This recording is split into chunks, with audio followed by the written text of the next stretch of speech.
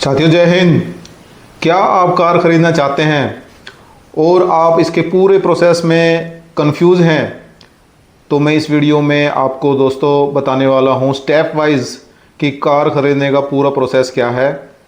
मैंने last year ही CSD से car खरीदी है, तो सीएसडी कैंटीन से कार खरीदने का पूरा प्रोसेस क्या है इस वीडियो के एंड तक आप जान जाएंगे। और इस वीडियो के अंदर आप ये भी देखेंगे कि किस स्टेप पे क्या परेशानी आती है, और अंत में मैं आपको यह भी बताऊंगा कि कहाँ कहाँ पे आपको क्या क्या चीज़ें ध्यान रखनी है। ठीक है, तो इस पूरे वीडियो को देखिए। इस पूरे वीडियो के अंदर आपको कार खरीदने का पूरा प्रोसेस क्लियर हो जाएगा। जैसे कि आप स्क्रीन पे देख रहे हो, मैं एक पहले फ्लो चार्ट दिखाऊंगा आपको, जाके आपको स्टेप समझ में आए, उसके बाद मैं आपको डिटेल में बताने वाला हूँ। ठीक है, तो देखिए हाउ टू, जैसा कि आप स्क्रीन पे देख रहे हैं, how to purchase a car from CSD canteen. तो देखिए सबसे पहले जो करना है आपको चेक, वो है एलिजिबिलिटी। एलिजिबिलिटी मतलब आप योग्य हैं या नहीं। पहले तो ये देखो, आप एक्स सर्विसमैन हो, सर्विंग है, यानी इंडियन नेवी, एयरफोर्स, आर्मी के अंदर आप सर्विंग है या उनसे रिटायर्ड एज एक्स सर्विसमैन है, तभी आप इसको खरीद पाएंगे। तो और इसके अंदर आपके रैंक वाइज क्या क्या एलिजिबिलिटी है, तो ये आप एलिजिबिलिटी पहले चेक करनी है आपको। ठीक है, कि ऐसे कोई नॉर्मल सिविलियन तो खरीद नहीं सकता, तो आपको पहले एलिजिबिलिटी चेक करनी है और ये देखना है कि मैं किस कार के लिए एलिजिबल हूँ। दूसरा स्टेप, आपको सीएसडी का जो एएफडी पोर्टल है, ये वाली वेबसाइट afd.csdindia.gov.in, इसके ऊपर अपना रजिस्ट्रेशन करना है। ठीक है, रजिस्ट्रेशन में क्या क्या चाहिए आगे बताऊंगा, पहले मैं स्टेप बता रहा हूँ।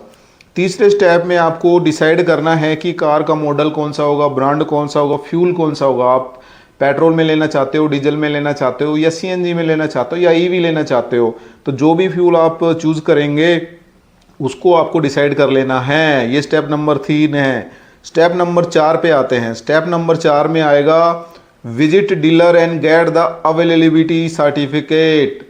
अवेलेबिलिटी सर्टिफिकेट का मतलब कि आपकी कार उस डीलर के पास उपलब्ध है, उसका प्राइस क्या है और वो कब तक आपको दे देगा। ऐसी एक डीलर अवेलेबिलिटी सर्टिफिकेट होता है कि ये अवेलेबल है उसके वहाँ पे। यहाँ से आपका असली प्रोसेस शुरू होता है, डीलर का अवेलेबिलिटी सर्टिफिकेट।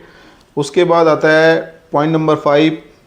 वहीं पे या तो वहीं पे वो जो डीलर है उनके पास भी एक पूरा सिस्टम ऑफिस बना रहता है, वहीं से वो अपलोड कर देंगे आपके डॉक्यूमेंट, आपके सभी डॉक्यूमेंट और अवेलेबिलिटी सर्टिफिकेट वहाँ पे अपलोड कर देंगे। या फिर आप अपने लैपटॉप या कंप्यूटर से भी एएफडी की साइट पे ये सब चीज़ें अपलोड कर सकते हो। ठीक है, उसके बाद आएगा, जब ये अपलोड हो जाएगा तो प्लेस ऑनलाइन डिमांड। तो आप जैसे कि ऑनलाइन आप कुछ अमेजन वगैरह में खरीदो, इसी तरह से वहाँ पे कार्ट आएगा। कार्ट के अंदर आपको सिलेक्शन करना है अपनी कार का, और यूआरसी सेलेक्ट करनी है, क्योंकि उसमें ऑल इंडिया दिखाएगा तो कौन सी यूआरसी है। और फिर अपलोड डॉक्यूमेंट जो भी चाहिए और सबमिट द डिमांड, और आपको अपनी डिमांड फिर सबमिट कर देनी है। वहाँ से फिर आपका 1 या 2 दिन के अंदर अप्रूवल आ जाएगा। शाम तक भी अप्रूवल आ सकता है, सुबह किया तो। जैसे ही अप्रूवल फ्रॉम सीएसडी पोर्टल आ जाता है डिपो से, सीएसडी डिपो से, उसके बाद अगला जो स्टेप होगा वो देखिए, अगला स्टेप होगा मेक पेमेंट। और यहाँ पे जो पेमेंट होगी ना, यहाँ पे जो पेमेंट होगी वो 2 तरीके से होगी, है ना। यहाँ पे आपको ध्यान रखना है पेमेंट कैसे होगी। तो पेमेंट का भी कुछ चीज़ें मैं आपको बताऊंगा मेरे एक्सपीरियंस से। 2 लाख रुपए तक आप कैश दे सकते हो, उसके अलावा आपको सारा ऑनलाइन करना है। ठीक है, उसके बाद चेक से, ऑनलाइन से, नेट बैंकिंग से, यूपीआई से भी आप 1 लाख से ज़्यादा नहीं कर सकते, तो आप चेक से या फिर नेट बैंकिंग से करना पड़ेगा आपको, आरटीजीएस या एनईएफटी। या फिर यहाँ पे एक मेन पॉइंट है, आप लोन ले सकते हो, लोन से पेमेंट कर सकते हो। और यहाँ पे जब लोन आप ले रहे हो तो यहाँ प्रोसेस लोन का स्टार्ट होता है। ठीक है, मेक पेमेंट पे। तो यहाँ पे आपको जिस बैंक से लोन लेना उससे कांटेक्ट करना पड़ेगा, या फिर वहीं जो डीलर है वहाँ पे भी सभी बैंकों के, मतलब 2-3 बैंक जो उनके खास उनके लिंक होते हैं, वो वाले बैंक के जो रैप है वहाँ प्रेजेंट रहता है, रिप्रेजेंटेटिव, तो वो उनसे मिला देंगे और वो आपका प्रोसेस कर देते हैं। ठीक है, अगर आप एक सर्विसमैन हैं, आपका रक्षक प्लस अकाउंट है या डीएसपी अकाउंट है, वहाँ पे आपको कुछ छूट है, तो आप उस जो रैप है उसको बोल के अपने उस पर्टिकुलर ब्रांच में जहाँ पे आपका खाता है वहाँ से लोन ले सकते हैं, और आपको जो भी छूट है, जैसे प्रोसेसिंग फ़ी छूट वगैरह होती है, वो आपको छूट मिल जाएगी। तो वहाँ से आपको क्या करना है, लोन सैंक्शन लेटर लेना है उसके बाद लोन सेंक्शन लेटर की कॉपी यहाँ जमा करनी है डीलर के पास, और फिर वहाँ पे बैंक से आपको यहाँ से एक आपको AFD का जो है ना एक अकाउंट नंबर देंगे ये डीलर।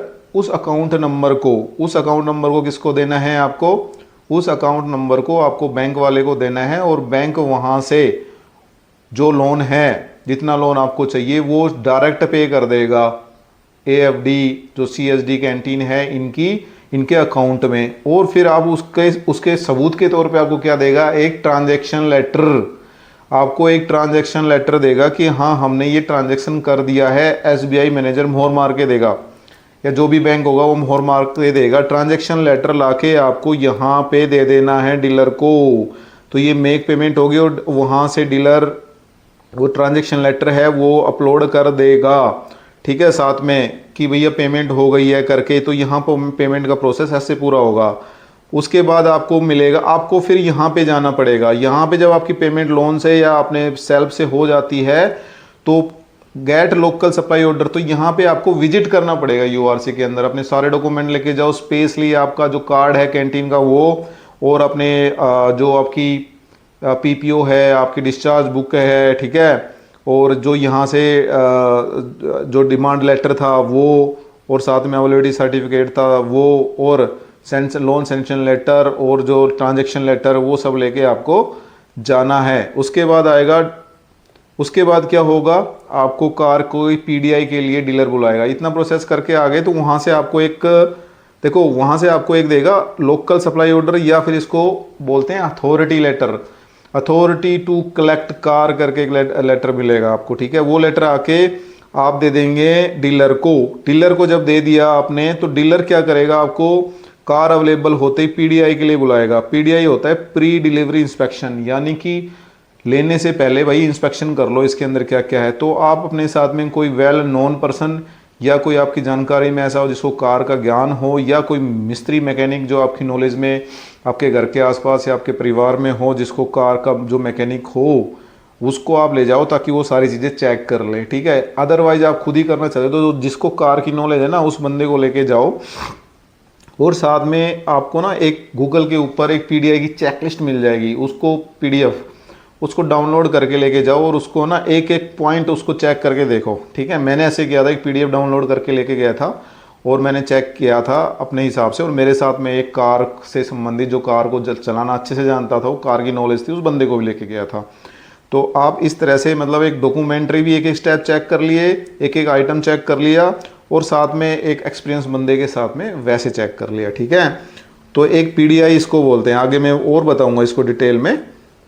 पॉइंट नंबर 10, ठीक है, पॉइंट नंबर 10 पे है इंश्योरेंस। एंड देखो आगे चल के मैं आपको लेटर, अथॉरिटी लेटर, एलिजिबिलिटी वाला दिखाने वाला हूँ, और जो प्रॉब्लम मेरे को आई वो दिखाने वाला हूँ, इसलिए पूरा वीडियो देखिए।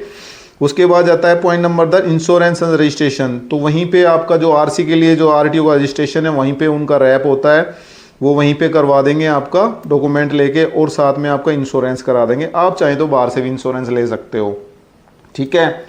उसके बाद आएगा 11 नंबर पे टेक डिलीवरी। फिर आपको वो डिलीवरी मिल जाएगी, ठीक है। डिलीवरी जिस दिन मिलेगी उस दिन आप डिलीवरी ले लोगे। उस दिन आपको क्या क्या मिल जाएगा, RC के पेपर, आपकी पूरी इनवॉइस और इंश्योरेंस और वारंटी बुकलेट और स्पेयर कार वगैरह पूरा सेट मिल जाएगा। कभी कभी होता है कि ये जो RC और जो प्लेट है वो एक हफ्ते के बाद में आए तो आपको कार मिल जाएगी, ठीक है। अभी मैं इसको थोड़ा सा डिटेल में बता देता हूँ क्योंकि ये थी स्टेप्स ओनली। अब इसकी डिटेल बताता हूँ। देखो अवेलेबिलिटी, चेक अवेलेबिलिटी का मतलब है कि भैया आप अवेलेबिलिटी का ये लेटर है, देखिए 30 नवंबर 2023 का CSD का लेटर है जिसके अंदर इंटाइटलमेंट दे रखी है, कौन कौन एलिजिबल है, कैसे कैसे एलिजिबल हैं। तो इंडियन नेवी, आर्मी, एयरफोर्स, जितने भी एक्स सर्विस मैन हैं और सर्विंग हैं उन सब के लिए है, ठीक है।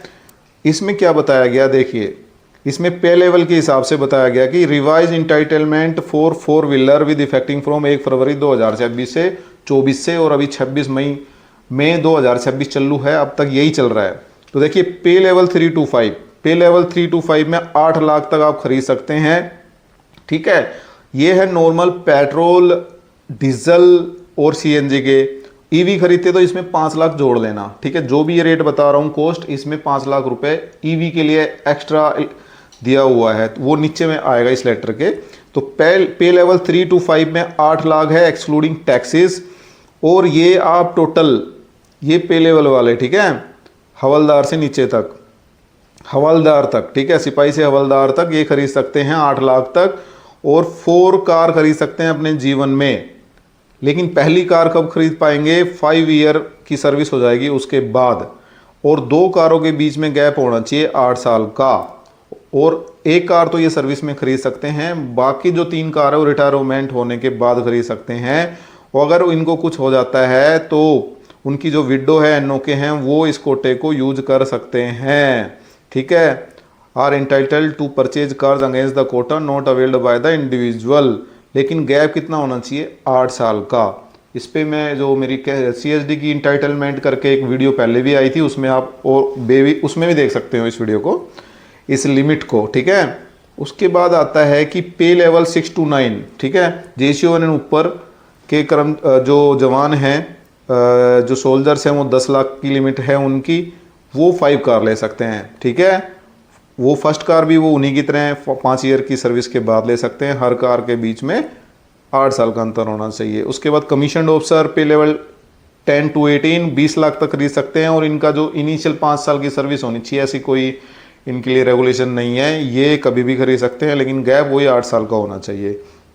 उसके बाद आते हैं retired serving and retired defence civilian officer, ठीक है। अब सिविलियन डिफेंस के अंदर सिविलियन ऑफिसर भी होते हैं ना, उनको भी पे लेवल 10 to 18, उनको भी सेम 20 लाख की तक कार खरीद सकते हैं और वंस इन 8 ईयर। लेकिन नॉन ऑफिसर जो रहते हैं डिफेंस में, उनको ये एंटाइटलमेंट नहीं है, ठीक है। और इसके अलावा देखो यहाँ दिया हुआ है, beneficiary will be entitled to purchase EV costing up to 5 lakh more than the limit given at para 2 above. तो 5 लाख और जोड़ लो उसमें, ठीक है। तो 5 लाख ज़्यादा तक ईवी खरीद सकते हो। और अगर आपने पहले एक पेट्रोल या डीजल खरीदी हुई है, तो ईवी खरीदने के लिए आपको 8 साल का गैप नहीं चाहिए, ओनली 6 साल का गैप चाहिए। पहले ईवी खरीदनी है तो आप 6 साल के बाद प्रीवियस 4 व्हीलर खरीदे, उसके 6 साल के बाद आप ईवी खरीद सकते हो। पर उसके बाद आपको वही 8 साल का गैप मेंटेन करना पड़ेगा, ठीक है। तो ये थी एलिजिबिलिटी। तो एलिजिबिलिटी क्लियर होगी। अब मैं वापस आता हूँ वहीं पे, ठीक है।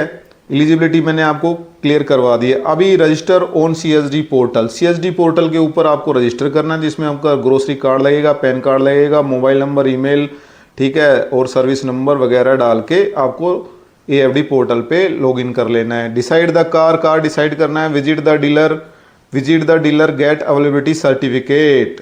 तो अवेलेबिलिटी सर्टिफिकेट जो मैंने बताया वैसे ही आपको ऑलरेडी सर्टिफिकेट लेना है। उसके बाद 5 नंबर पे आपको क्या करना है, फॉर एक्स सर्विसमैन के लिए PPO, discharge book, ASM card, Aadhaar card, ये सारी चीज़ें आपको डालनी है। ऑनलाइन डिमांड डालेंगे, वही जो वहाँ पे बंदे हैं ना डीलर के पास, वही ऑनलाइन डिमांड डाल देगा। मेक पेमेंट, अगर लोन की पेमेंट है तो मैंने आपको बताया वहीं पे जो बंदा है लोन से पेमेंट आपकी करवा देगा। लोकल सप्लाई ऑर्डर, आपको पेमेंट होने के बाद आपको जाना है कैंटीन के अंदर, जो भी बड़ी कैंटीन जहाँ से आपको ये सब चीज़ कागज़ क्लियर करवाने पड़ेंगे, ठीक है। तो वहाँ पे आपको जाना है यूआरसी के अंदर, जो भी नज़दीक यूआरसी आपकी पड़ती है उस एरिया के हिसाब से आपको पता होगा, डीलर बता देगा कौन सी यूआरसी के अंदर पड़ता है, ठीक है। तो जैसे मैं गुड़गांव गया था, ऐसे नज़दीक में जो होती है वहाँ पे वो भेजते हैं। वहाँ से आपको अपना ये सारे कागजी कार्रवाई चेक करवा के पेपर क्लियर करवाने हैं, और आपको वहाँ से एक अथॉरिटी लेटर फॉर कलेक्शन यानी कि लोकल सप्लाई ऑर्डर मिलेगा, वो ला के आपको दे देना है डीलर को।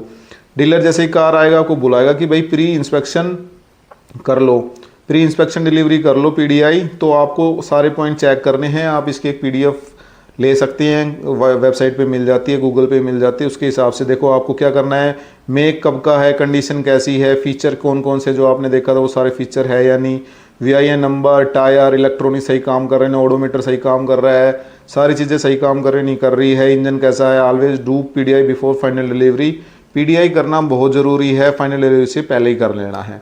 उसके बाद इंश्योरेंस वहीं पे आपको डीलर है वो वहीं से इंश्योरेंस कंप्लीट करवा देता है, ठीक है। रजिस्ट्रेशन भी वहीं से हो जाता है, पहले टेम्प्रेरी होगा फिर उसके बाद परमानेंट होता है, और आपको प्लेट मिल जाएगी 10 दिन के अंदर, ठीक है। आपको इंश्योरेंस का डिफरेंस देना पड़ता है, और अगर फास्टैग का भी है तो वहाँ पे फास्टैग का भी वो डीलर करवा देता है। उसके बाद take delivery, carry original ID proof, PAN card, Aadhaar card, CSD document, sign delivery paper और एक वो लास्ट में एक आपको देते हैं डिलीवरी रिसिप्ट, उस पर साइन करके गाड़ी आपको थमा दी जाती है। तो ये एक प्रोसेस था। अभी कौन सी गाड़ी आपको किस रैंक में ख़रीदनी चाहिए, मतलब किस किस रैंक के लिए कौन सी गाड़ी अच्छी है, वो मैं अपने अगले वीडियो में बताऊंगा। तो आप उस अगले वीडियो को भी ज़रूर देखें। और ये वीडियो अगर आपको पसंद आया हो तो लाइक करें, सब्सक्राइब करें और शेयर करें। धन्यवाद। जय हिंद।